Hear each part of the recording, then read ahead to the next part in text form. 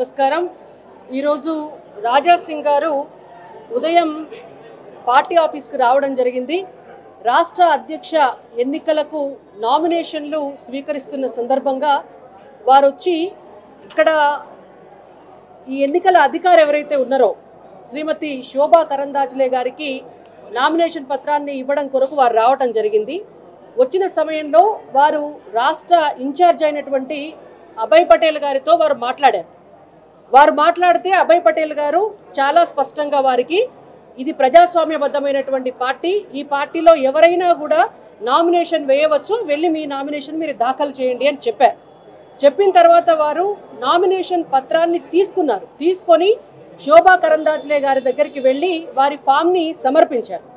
సమర్పించే క్రమంలో ఏ నామినేషన్ పత్రమైనా కూడా ఎన్నికల నిబంధన ప్రకారం 10 మంది రాష్ట్ర కౌన్సిల్ సభ్యుల మద్దతుతోటి వారి సంతకాలతోటి నామినేషన్ పత్రం ఇస్తే మాత్రమే ఆ నామినేషన్ పత్రం అనేటువంటిది చెల్లుబాటు అవుతుంది। అయితే శోభా కరందాజ్లే గారు చాలా స్పష్టంగా చెప్పినారు, 10 మంది సభ్యులు లేని పక్షంలో మీ నామినేషన్ పత్రం చెల్లుబాటు కాదు, మీరు 10 మంది సభ్యులతోటి సంతకాలు చేయించి నామినేషన్ని ఫైల్ చేయండి అని చెప్పారు।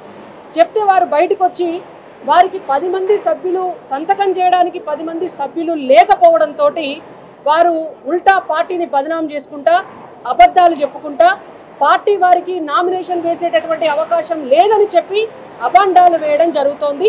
ఇది ఇవాళ జరిగినటువంటి వాస్తవమైనటువంటి పరిస్థితి। ఆ తర్వాత వారు కిషన్ రెడ్డి గారికి వారి రాజీనామా పత్రాన్ని సమర్పించారు।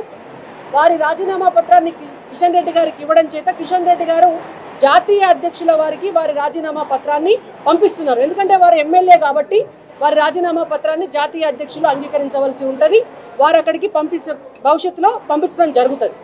ఒకవేళ నిజంగానే రాజా సింగ్ గారికి రాజీనామా చేయాలి వారి ఎమ్మెల్యే పదవికి అని ఉంటే వారు డైరెక్ట్గా వారి రాజీనామా పత్రాన్ని స్పీకర్కి సమర్పించుకోవచ్చు। అండ్ ఇంకొకటి, వారి క్రమశిక్షణ రాహిత్యం అనేటువంటిది పరాకాష్ఠకు చేరిందనేది భారతీయ జనతా పార్టీ రాష్ట్ర పార్టీ అభిప్రాయం। గతంలో కూడా అనేక సార్లు వారు క్రమశిక్షణతోటి ఉండకపోవడం వల్ల వారు సస్పెండ్ అవ్వడం జరిగింది। అయినా పార్టీ మళ్ళీ వారికి అనేక అవకాశాలు ఇవ్వటం జరిగింది, కానీ ఈసారి వారే స్వయంగా రాజీనామా చేసి వెళ్ళారు। ఇవి ఇవాళ జరిగినటువంటి వాస్తవం। ధన్యవాదాలు।